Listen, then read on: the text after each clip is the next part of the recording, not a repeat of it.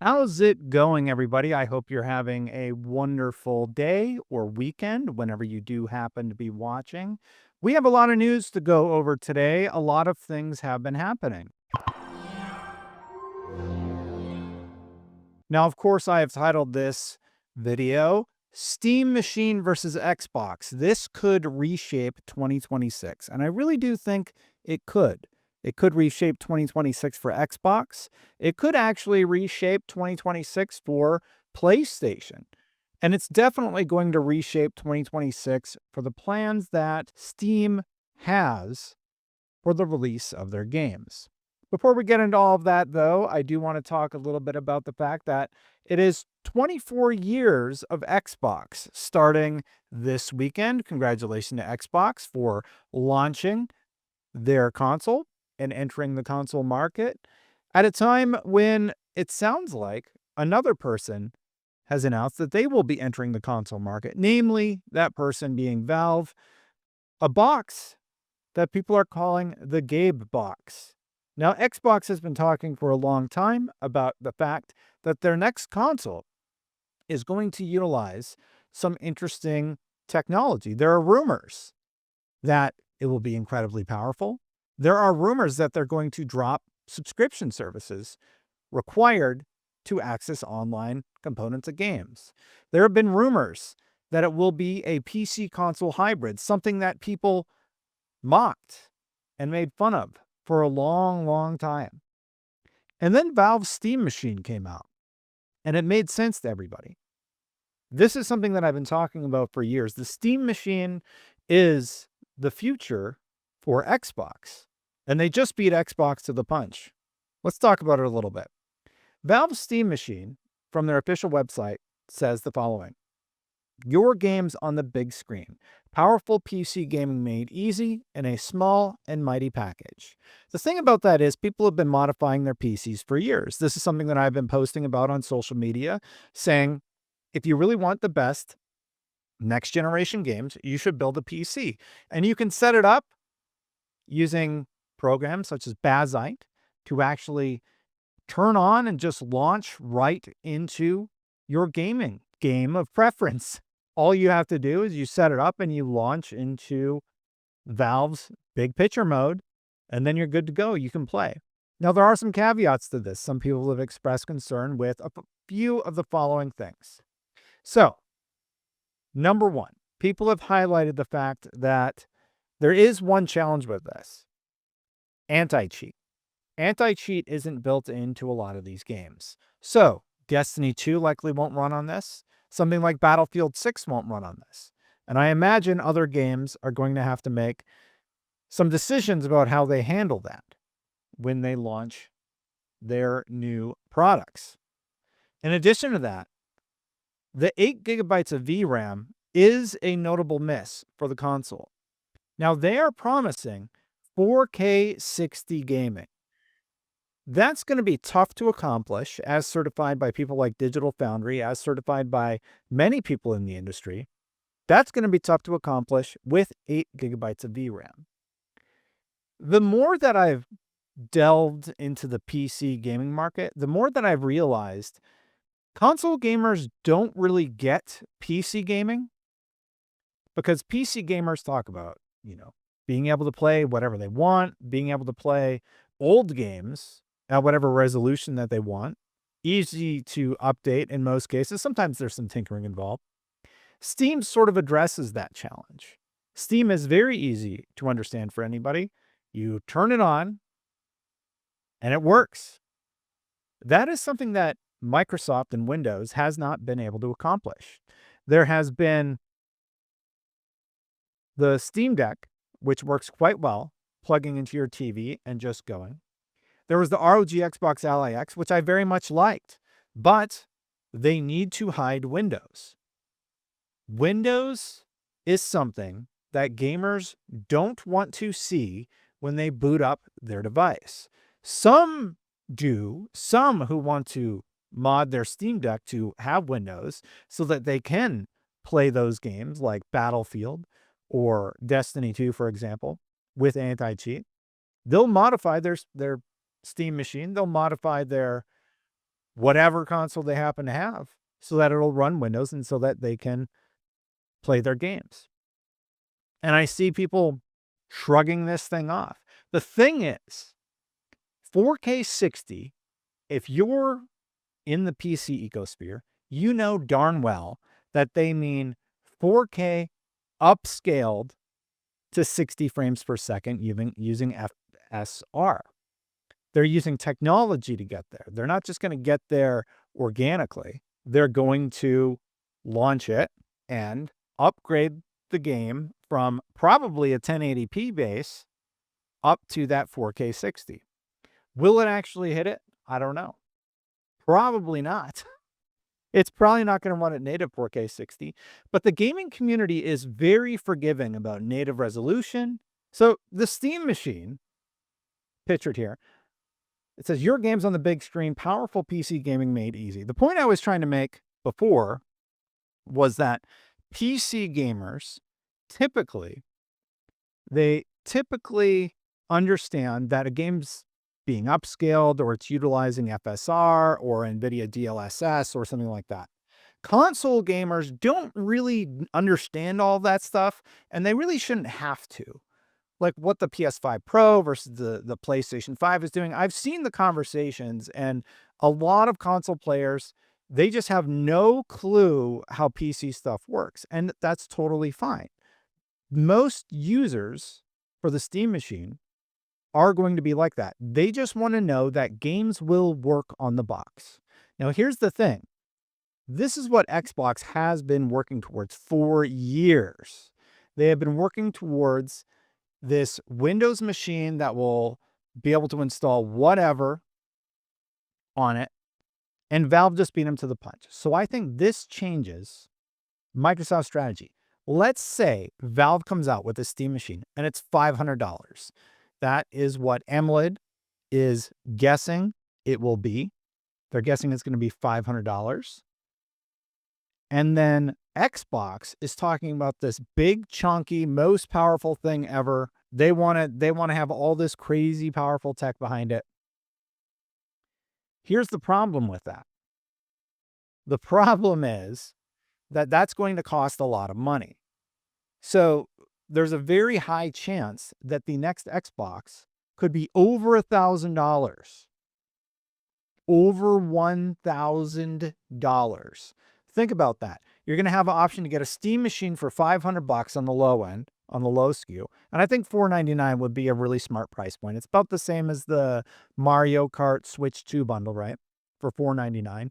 You get your Steam machine, it'll come with a controller, it'll come with the box, and basically everything that you need to get in easy. And then there'll be upgradable models. It seems like it's very easy to upgrade yourself, so you'll be able to do that if you choose to. If the Steam machine is even $599, I think it's okay. But if the Xbox console, the Magnus console, is more than that, that puts them in a very, very dangerous position. Puts them in a very dangerous spot because the consumer, and here's the really interesting thing. We'll talk about it later with PlayStation. Even PlayStation hinted at the idea of extending their console generation for the PlayStation 5 because people don't need to upgrade right now. Video games have hit this point where the next console generation or the next iteration of video games, whatever they're going to be, they're not going to be vastly different from what we've experienced in this generation. I would argue that has largely been true since the PS4 launched God of War. If you look at God of War on the PS4, it is basically a 1080p version of the God of War that launched on PlayStation 5. And the God of War that launches on PlayStation 6, I mean, it'll probably look better, but it's not going to be like so crazy that your mind can't comprehend how much better it looks, right?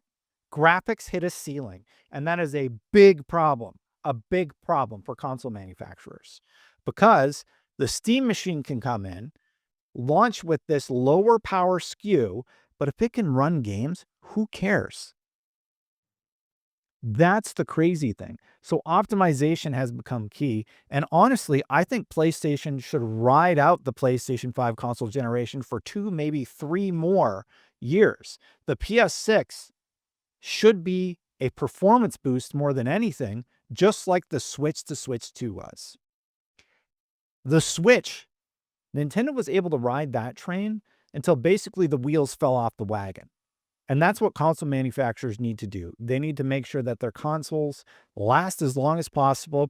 Because let's be honest, if you've been messing around with the PlayStation Portal, which I could talk about in a little bit, because I actually bought one, I've been playing it.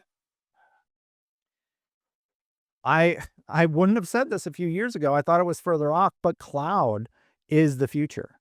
This is a cloud gaming machine. And Xbox has this tech too, right? But I mean, it's slick. It works. And now you don't need a PlayStation 5 to use it. And I've been using this a lot. And it's great. Right here, I have access to all my games. It's very easy to access. It's very easy to play whatever you want. And it's a really, really slick little device if you have a good internet connection. Now, I know your experience will vary because you are streaming from the cloud, but I have been very impressed with this. Expect a full video in the near future. Some super chats here. I don't get the love for a 8 gig GPU machine. Where's the $500 number even coming from? So MLID, Moore's Law is Dead, did a price breakdown. He actually did the same thing for the PlayStation 5, predicting that they could launch the Steam machine for $500 and still be in profit margin territory, believe it or not. And they could do the same thing for the PlayStation 5. So that's where that number is coming from, if you were wondering. Now, their big advertising push, if you're curious what this thing looks like, your Steam library in more places. With over 6 times the horsepower of Steam Deck, Steam Machine has the power to play your whole Steam library, including your favorite AAA titles. Just sign in with your Steam account, and your entire library is there. Core features that define Steam Machine. Steam OS, an OS optimized for gaming. Small form factor, put it under your TV. It's cool and quiet. Steam Machine keeps cool and runs whisper quiet even while running the most demanding games. I/O for days.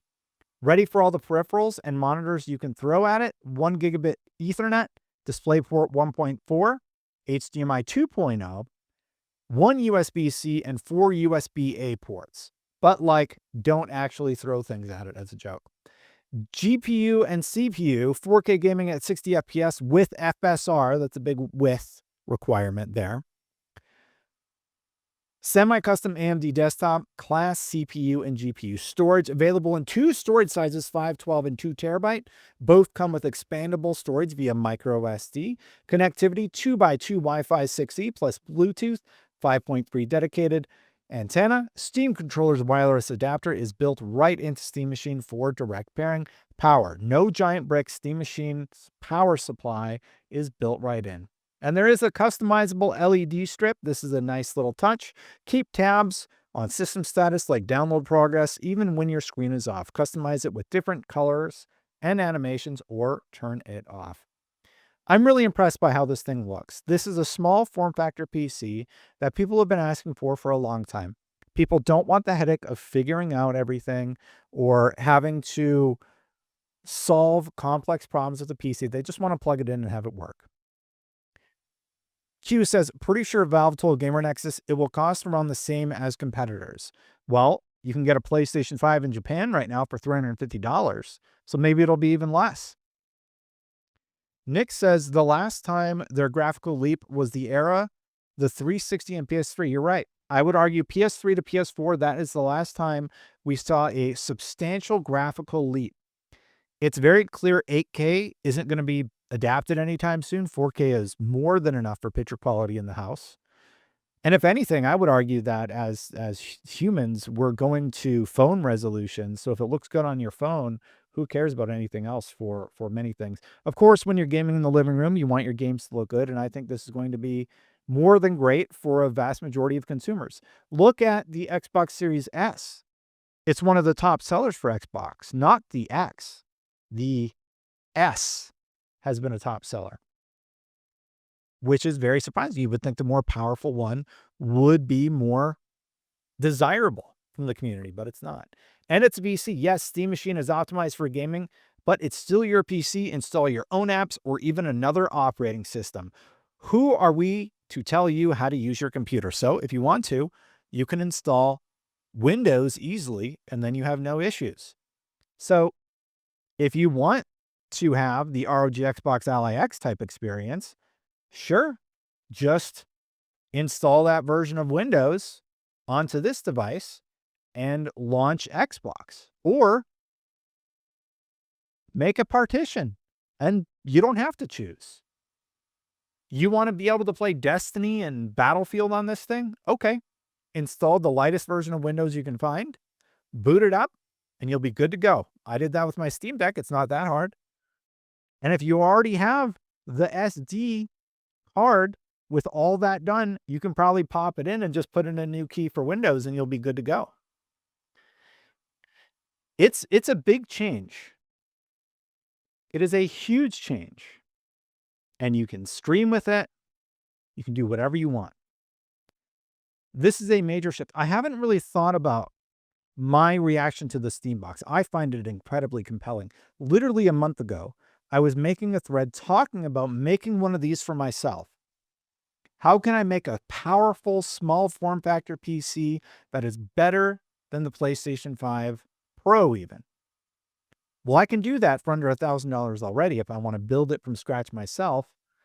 For most people who just want a game, though, this is more than going to suffice. And I think this is going to be closer to probably not the Series S, probably a little bit better than that, but it is going to be throttled a bit. It's not going to beat the PS5 Pro, but it's going to be what we call in the biz good enough. I think for most gamers, this is going to be more than enough for what they need out of their games on a day-to-day basis. Of course, it does have the 8 GB of VRAM limitation. I think that does cause some bottlenecks that they're going to have to deal with, but I think for the most part, it is a little crazy. And it is a little crazy that they're going to be entering really the console market. Now, a lot of people are saying, oh, it's not the console market, it's different. I disagree. I think we all know who they're targeting. They are targeting the console market. You want a good entry point. This is going to be a great entry point. And if you get into their ecosystem, it's just like PlayStation or Xbox. They're going to make money. So now more competition is a good thing. It comes with the Steam controller, the Steam machine, and the Steam frame. So all of that is new hardware coming. Very, very interesting stuff. It's just a mini PC. Yeah, it is just a mini PC. And that's what a lot of people have been asking for years. They've been asking for a very easy to install mini PC. Here's the Steam frame, Steam controller, and Steam machine. This was moments before it was announced. Not entirely. Oh, this was Christopher Dring's response. I was a little surprised by this. Not entirely sure who the main audience for Steam Machine is. I think there's really a very small audience for this, which is, of course, fine. Does anybody else agree with that? Does anybody else think that there's not really a market for this? I would argue there's a pretty strong market for it. I did put out a poll, and granted, this is a sample size. Most people said they wouldn't get one. So here we go. 4,948 votes. Yes, 42.7%. No, 57.3%. So out of about 5,000 votes, 2,200 people said they would still get one. So let's say they take half of the Xbox market. That's nothing to scoff at. It's still 15, 20 million units in its lifetime. And this is version 1.0. Remember? Version 1.0. So I think it will be smaller. Like, I don't think they're going to come out swinging against the PlayStation 5 or anything in this 80 million plus units. But I think they could give Xbox a run for their money easy. Since Potato posted the following. If the Steam Machine is a $400 to $500 device that can run all Steam games, is easily moddable, and has genuinely great specs with free online multiplayer, we might be looking at a new legitimate competitor in the gaming market, especially if it launches with Half-Life 3. So here's the extra part that has been rumored. The rumor has been, and this is new, that Half-Life 3 is going to be announced in 2025. This is from 2 days ago, apparently. Gabe Follower confirms no change in plans and announcing Half-Life in 2025. According to my info from the last year, nothing changed. They're still aiming for 2025 announcement. Half-Life 3, I know it's an ongoing meme and a joke, but there is a real possibility that they could be tying Half-Life 3 to the launch of this device. That would be huge. Game Awards Half-Life 3 announcement. Maybe. That's what somebody just put in chat. Q said, it makes no sense. It's an average PC, and most people who would buy this definitely have a better rig. We're not talking about consoles, Q said. Pretty sure Valve told Gamer Nexus it will cost around the same as competitors. So covering off on your last few posts, Q, I think it makes sense. There is an audience for this if they package it right. You go into Costco, there's no Xboxes, there's the PlayStation, and then there's this little box that runs a large majority of the PlayStation library on it, and all of the Xbox library, is at least the modern games, except Halo 5, of course. It is a very easy entry point. Now, I get maybe it's not for you, that's totally fine, but to think that there's no market for this, I think that's short-sighted. Phil Spencer said, gaming moves forward when players and developers have more ways to play and create, especially across open platforms. Expanding access across PC, console, and handheld devices reflects a future built on choice, core values that have guided Xbox's vision from the start. As one of the largest publishers on Steam, we welcome new options for players to access games everywhere. Congrats on today's announce. Now, that's what Phil Spencer said. I wonder what he actually thinks about it, because this does steal their thunder a little bit. However, it's going to push Xbox to do better things with whatever that device is capable of at the end of the day. It will push PlayStation to offer better things, and it will push Valve to probably increase the power of their hardware, because that's going to be the big thing people are going to ask for. And I'm all for that. A lot of people point out that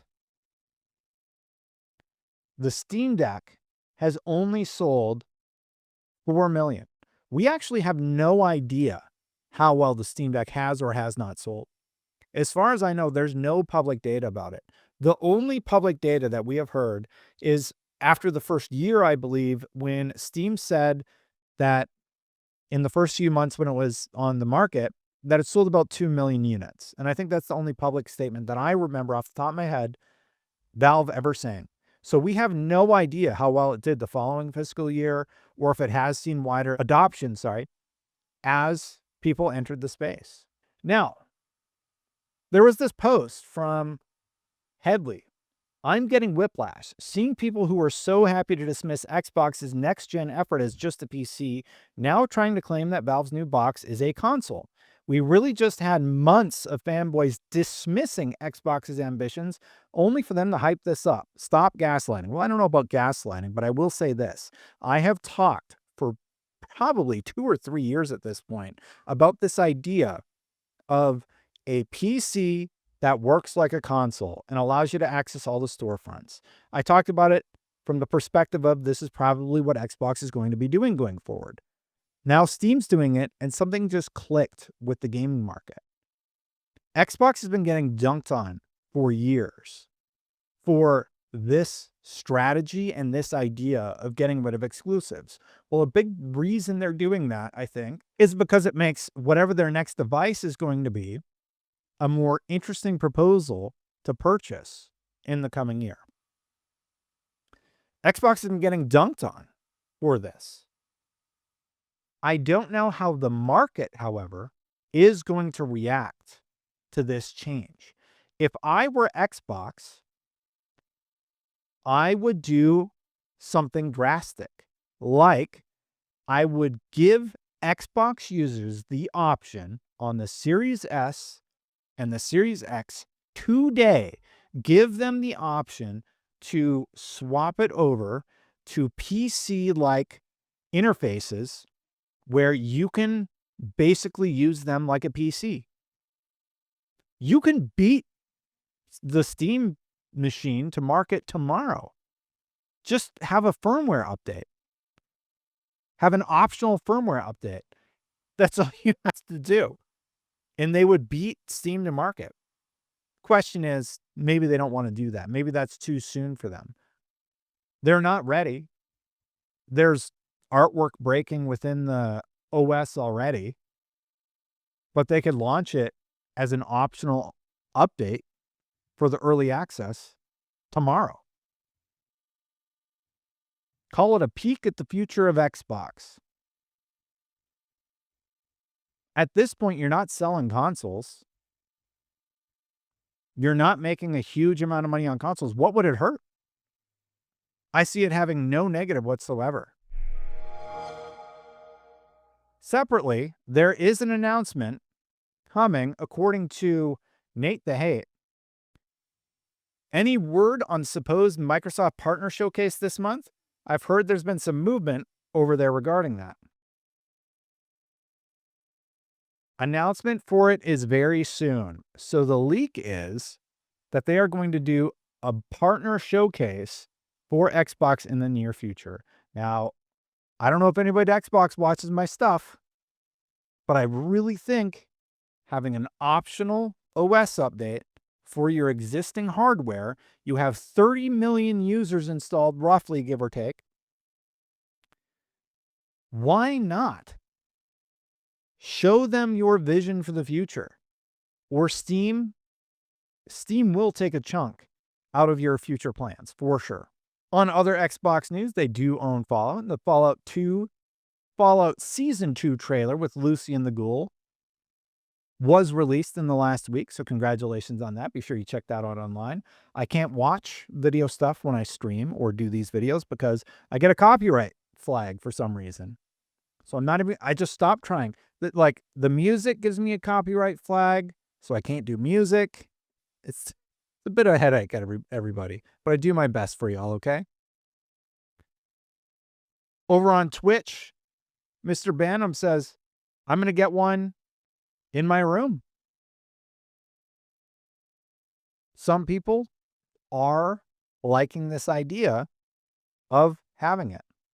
And on the Fallout front, there was a little bit of a tease. Now, this is an old story. This is from Jordan Miller over at BGC.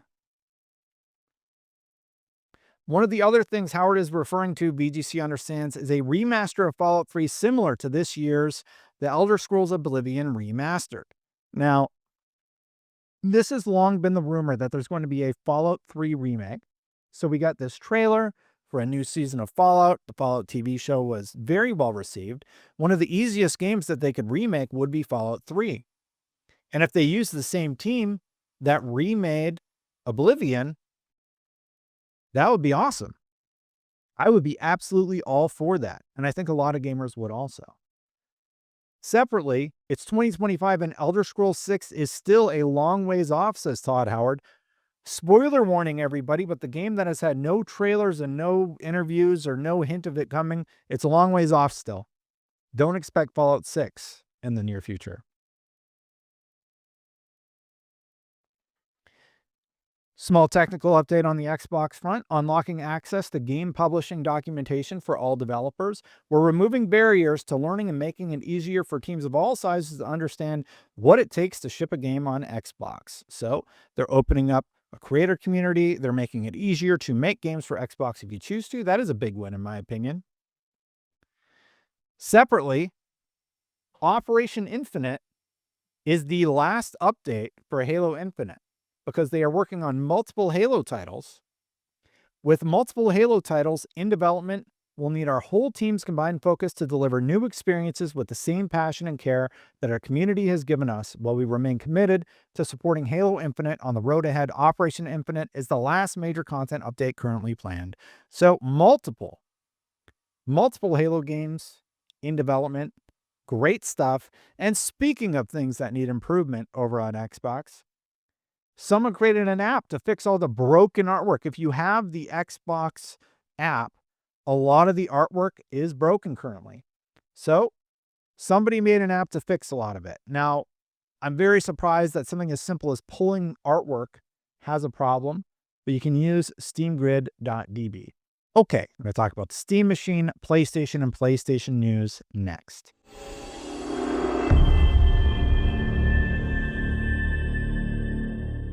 First things first, let's talk about this Jez Corden rumor. Jez Corden claims that a very reliable source told him that PlayStation would be considering stopping the release of single-player games on PC. It would be a big change in their strategy. This is not what Jez Corden is claiming, but it got picked up by literally everybody. Just want to add that these were very vague rumors and just podcast discussions and speculations, not a serious report or leak. It's my personal opinion that it would be good for Sony to do day and date, speaking purely mathematically, but a few people saw me say that and told me what they'd heard otherwise. I don't do PlayStation reporting and shouldn't be used as a source of info for it beyond basic opinion/speculation unless it's up on Windows Central. Xbox/Microsoft is my beat. Jez said multiple times that this is not what he was trying to say. Jez said that it's not what he was saying. He said that he was just talking, right? He's just talking. That's it.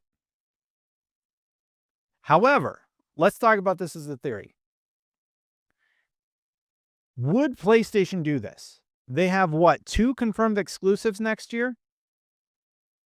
Why would they do that? And I've seen people in the industry comment on this idea. You would have to get a bunch of investors in a room to agree to the idea that making less money is a good idea. No one is going to agree to that.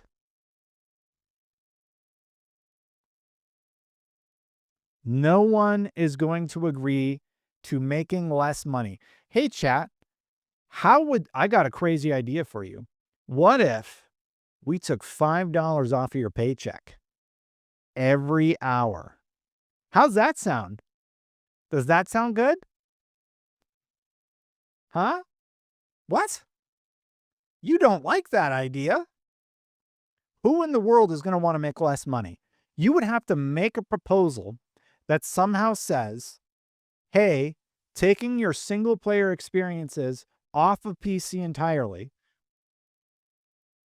is a good idea. Who is going to, also, you're going to lose money. So you're going to lose $5 an hour on every paycheck. Because the way that they would calculate game costs would be per hour spent on it, right?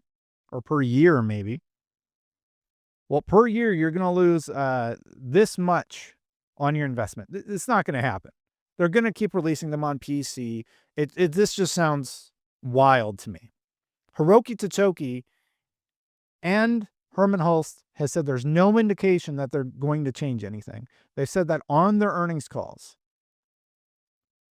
So what, on the next earnings call, they're just going to come out and say, yeah, by the way, everybody, so we really thought about it, and we're just going to stop doing PC ports of our best-selling games of all time, and you're going to make less money because of that. No, this is not going to happen. It's just not going to happen. Speaking of hardware, though, they're seeing this update for the Steam Deck has been phenomenal. It's been very, very positive for them. Sony senior manager overseeing the PlayStation Portal says the handheld is now the most widely used device for the PlayStation 5 Remote Play, surpassing PC, PS4, PS5, and mobile. So people who own a PlayStation 5 are remote playing with this device. And I'm telling you, I'm playing not shooters, but like most of the games that you would play on the PlayStation Portal on this guy that I brought up earlier. They run great. They run really, really great. The streaming is great. Oh yeah, I was playing Final Fantasy VII Remake. That's the one I was playing a bunch of. And I'm playing Spider-Man. And you can this is cloud streaming. This is all cloud streaming. Yes, I got PlayStation Plus to get it. Ironically, I'm playing Call of Duty right now. And because I got PlayStation Plus to play on this thing, and it's been a pretty positive experience so far, I ended up playing Call of Duty on my PlayStation because I canceled Game Pass. And on the Series X, you need Game Pass to play co-op campaign. You can play the Call of Duty campaign offline, but I found that kind of funny that I ended up playing on PlayStation. And if Xbox doesn't solve challenges like that, they're just going to have a bad time. Anyway, I found that a little bit funny. Another funny thing is the fact that there's this talk, oh, PlayStation's not going to release their PC games at all anymore. They're single player PC games. Multiplayer day and date, of course. Single player, not day and date.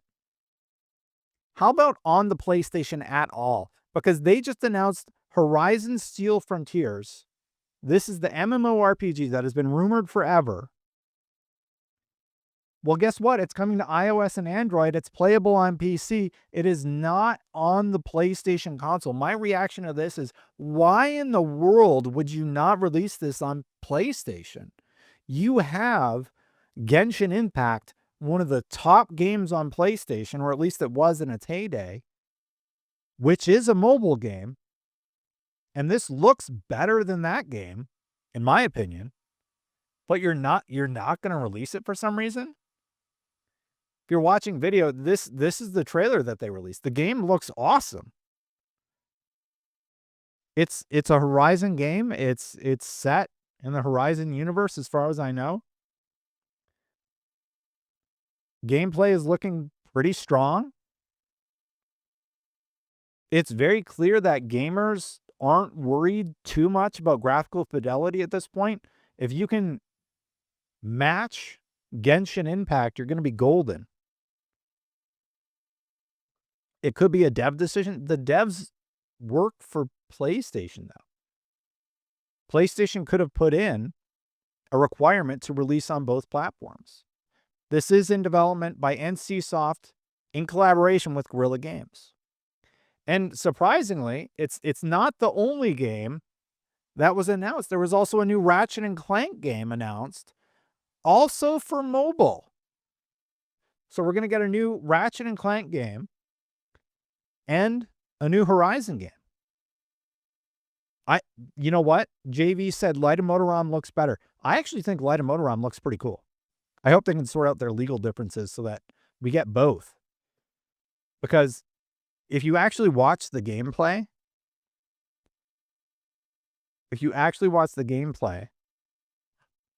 it looks pretty good. The gameplay does. And then I made a comment that kind of got a little bit of traction. PlayStation revealed a PC monitor. I found this sort of interesting. They revealed a PlayStation branded PC monitor. Now, Sony's made monitors, but this is specifically a PlayStation branded monitor. I don't think they've done this, as far as I know, since the virtual reality thing or the 3D thing that they did back in the, PS3, PS4 era. I think this is very smart. But to me, this signals that they're targeting PC gamers. They want PC gamers to have a buy-in, and that's why they're making all this PC stuff. They have a PC monitor, they have PC speakers, and I made a joke saying, when's the official PlayStation keyboard and mouse? I think that they will continue releasing on PC. That's my personal opinion, and I think it's going to keep coming. This thing is no joke either. It has a 240 hertz refresh rate. If you're looking for a gaming monitor and you can find something that does 144 hertz, ideally 1440p, 144 hertz, it's sort of the sweet spot. Anything above that, it has diminishing returns, but if you can at least hit that, great. PlayStation releasing a QHD 240 hertz HDR monitor. It's not a joke. This is a good monitor. Like on paper, this looks great.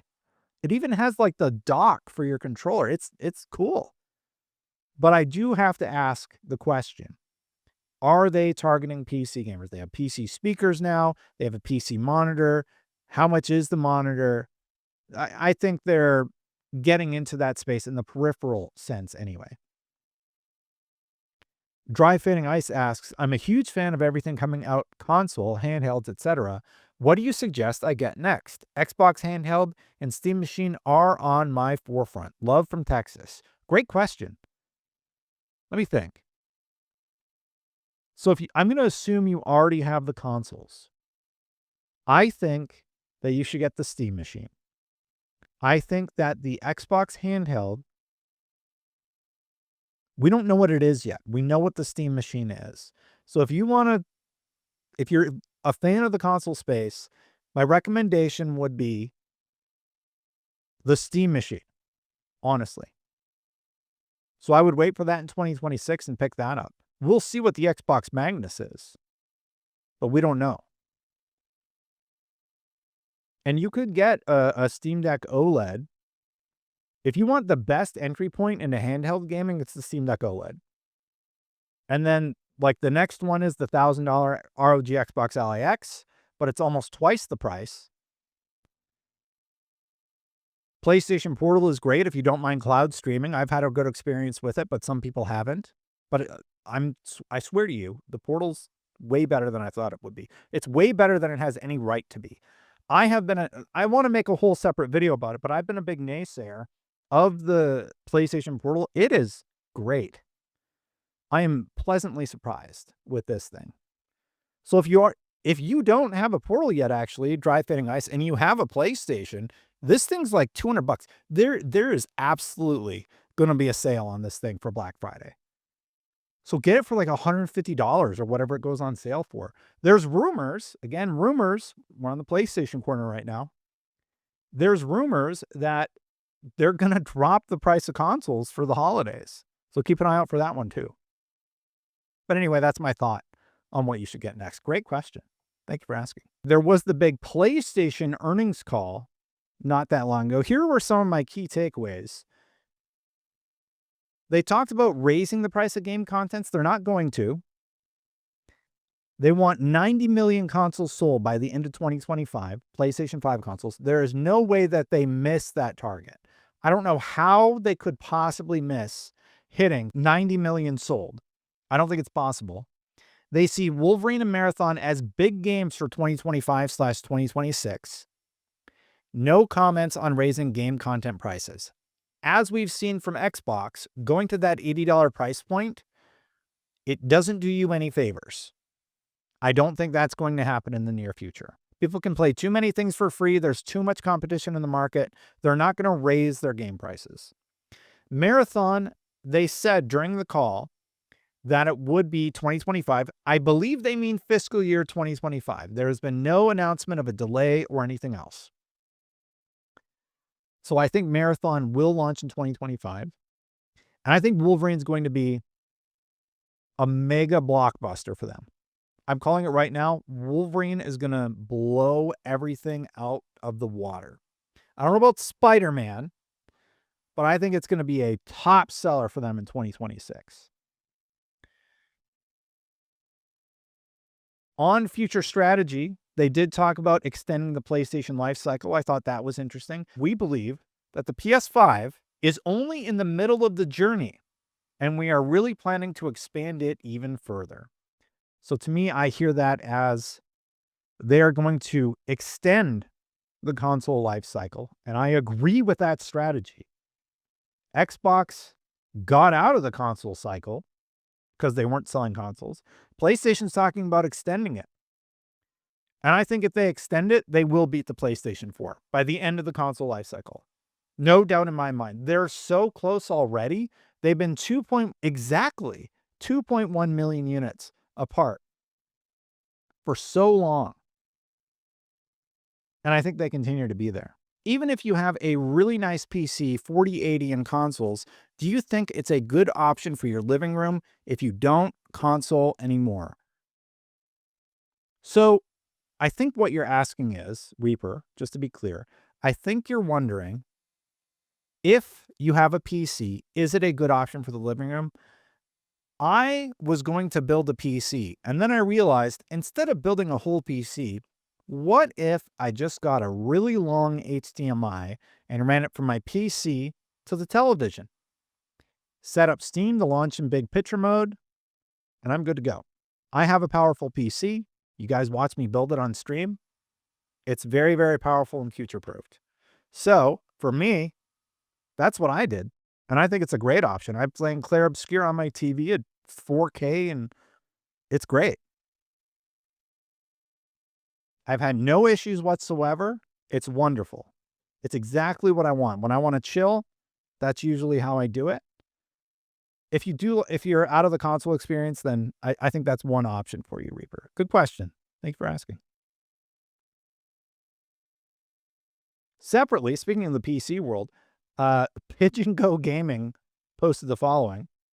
Helldivers 2, which was also released for Xbox in August of this year, is doing extremely well, not only attracting new users on Xbox, but also seeing increased engagement from existing users on PS5 and PC. This resulted in a significant increase in sales of the title year on year. All of these games are winning. All of these games are winning for PlayStation, including the ones that release on Xbox. However, there was one sour night in the whole presentation. Destiny 2 falls short of Sony's expectations after Bungie acquisition. Firm also provides update on Marathon launch window. CFO says it is fully dedicated to launching the title as scheduled. Destiny and Bungie made PlayStation have to do the following. Account for a $200, and I believe it was $214 million loss or adjustment. I can't remember the specific terms that they used, but it wasn't good. They had to make an adjustment, and they put that adjustment at Bungie's feet. And their big bet is Marathon. I don't know how Bungie bounces back. They've lost so much talent over the last year. Everybody got their paydays and they bounced. Not everybody, but a majority of the staff.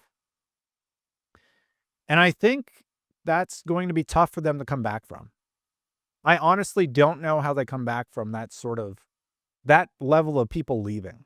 Ghost Yotei did sell over 3.3 million units in 1 month, which makes it about twice as popular as Astrobot. I don't think Astrobot's a good comparison personally, but good for Ghost Yotei. Good numbers. And the thing we all love to talk about, or at least I do, they are at 84.2 million PlayStation 5 sold since launch. Let's check my sheet, everybody. They're at 84.2 as of this year. That puts them needing to sell 10.2 million units in order to match what the PlayStation 4 did in the year. I'm using calendar years. We have one more report coming. They're at 84.2 in 2025 so far. Their final was 94.4. That leaves them at a current gap of 10.2 million. Pretty close. So for this calendar year, they've sold fewer than the PlayStation 4 era. Let's say they have their target's 90 million, right? Let's say they sell 6 million units. Let's say they have the worst amount of sales ever. It's just not going to happen. They still beat it. So they will absolutely beat their previous units sold. And separate fun story in the PlayStation world. Sony's Concord is playable again thanks to fan-made custom servers. Somebody brought back Concord. Isn't that crazy? That's absolutely nuts to see that Concord brought that back. Somebody was asking in chat, where do I think Xbox is at? I estimate that by the end of the year, I think they're going to have a terrible 2025. I think they're only going to sell 2.4 to 3.1. So my most generous assessment of where they will be at the end of this calendar year will be 35.1 million units. People always ask that because I talk about PlayStation. So yeah, they have had a rough go of it. And when you look historically at how that is versus the Xbox One era, to put it into context, in the same time period in the Xbox One era, they had sold an estimated 45 million units.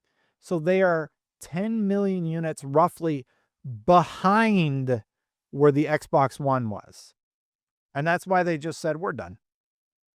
So they went from 49.5 million for the Xbox 360 era in that time period to 45 million to 35 million. Just to give you an idea of console eras and how it went. So their console foothold has been shrinking for several console generations. I don't have Xbox original data, but we know the Xbox One was not a loved console, but they still had mindshare. Can you plug an Xbox controller into the new Steam box? Yes, you can. Any Bluetooth controller. You can use a PlayStation controller, whatever you want. And the thing that's really negative about the Xbox console sales, the Series X is a great console. There's nothing wrong with the Series X. There's nothing wrong with the tech inside of it. It has great tech. It's really been harnessed for the Series X. I think there's been some arguments with developers about the Series S holding it back. The problem just is, well, now it's price and availability, and people just aren't buying it. They don't associate Xbox with being the cool kids anymore. And the younger demographic just wants to play on their phone or whatever they have. And separately, we are in the PlayStation block, believe it or not. PlayStation announced a $350 or $355 US dollar PlayStation 5 for Japan only. So if you live in Japan and you want to get a PlayStation 5, you get a killer deal on it right now. Shuhei Yoshida recalls when he canceled two $25 million game projects, including one by God of War's Santa Monica studio. It's not healthy to work on something that's struggling for the longest time. So his philosophy was that if you've been struggling on a project, sometimes it's time to let it go. Don't let the team burn out on it. That's what should happen with Redfall, in my opinion. They've been struggling on it. They were hoping Microsoft would cancel it, but they didn't. One was actually one of the internal games developed by Santa Monica Studios, not a God of War game, a new IP, and it had a really amazing concept and very interesting gameplay ideas. And of course, Santa Monica Studios people are very, very capable of creating high-quality art. So we supported it for many years, but after 25 million, they came to me and said that we have to stop. I do not exactly remember the reason. Probably the team was not able to find the game. It was a great concept, great idea, but the gameplay didn't really come to be. Sometimes that's the right call. If the studio comes to you and says, it's not working out, we're not going to get there, we're $25 million and we need to axe it now, that's fine. I think that is the right call, and I think he made the right choice, honestly. Last of Us 2 multiplayer, Naughty Dog said, we know what this would take to make, and that's not what we want to do as a studio. And they went a different direction. So I think that sometimes the right call is to not do it.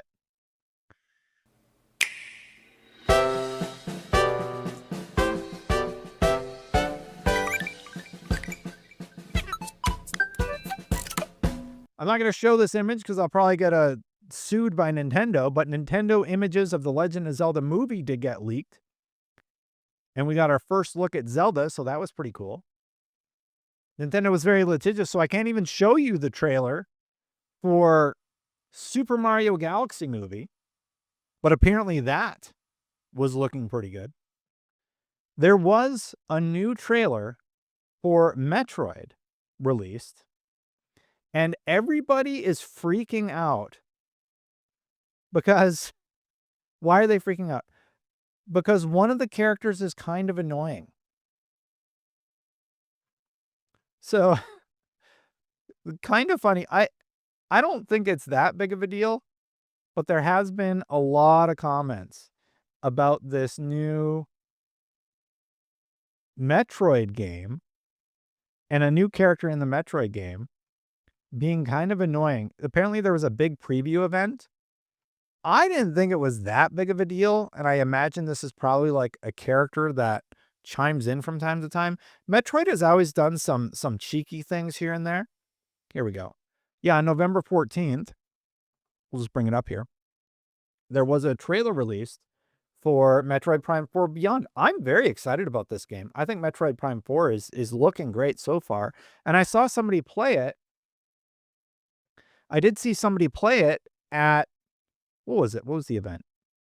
At Gamescom when I was there. It's looking great. You can play it with basically a mouse, use the controller as a mouse, and the graphics are looking good. Nintendo was really smart, not pushing graphics as much as they were focused on gameplay. Some games suffered for that. We all have seen the Pokemon memes. But others, I think Metroid is going to come out at a really good time, and I think it's going to look really good. I'm very excited about this one. They've seen good success this year with the latest from Donkey Kong. I think the Donkey Kong game has been going quite well for them. And people have been enjoying Donkey Kong. Some people, it might be Game of the Year. That's the long and the short for Nintendo, though. Not a ton of Nintendo news, but some big stuff. A new Metroid game. Lots of previews for the Metroid game, including the fact that people found one of the characters annoying. And finally, last but not least, general industry news. Ubisoft postponed its earnings report and temporarily halted trading of its shares. Will publish and resume in the coming days. This may or may not mean a big announcement in terms of the company. I'm sure it's nothing, you guys. I'm sure it's all sunshine and rainbows over at Ubisoft. You know, the company that just let go of a bunch of people or had layoffs. I'm sure it's fine over there. I'm sure it's all going great. So that's coming. And big news. So if you watch this when it's live, I try and stream every Sunday. The Game Awards are about to drop their nominations. Who made the list? Tune in live noon, 9 a.m. Pacific tomorrow to find out. So on that front, touching on Ubisoft really quick, I think that there is a potential that they sold or something. Something has definitely shifted. There is a big notable change coming in the Ubisoft front. And on the Game Awards, I think it's going to be down to Silksong or Expedition 33. And I'm pretty far in Expedition 33, I think. I do want to finish that game before the end of the year. And I would like to finish Death Stranding 2. But I think I'm going to focus on my Call of Duty review.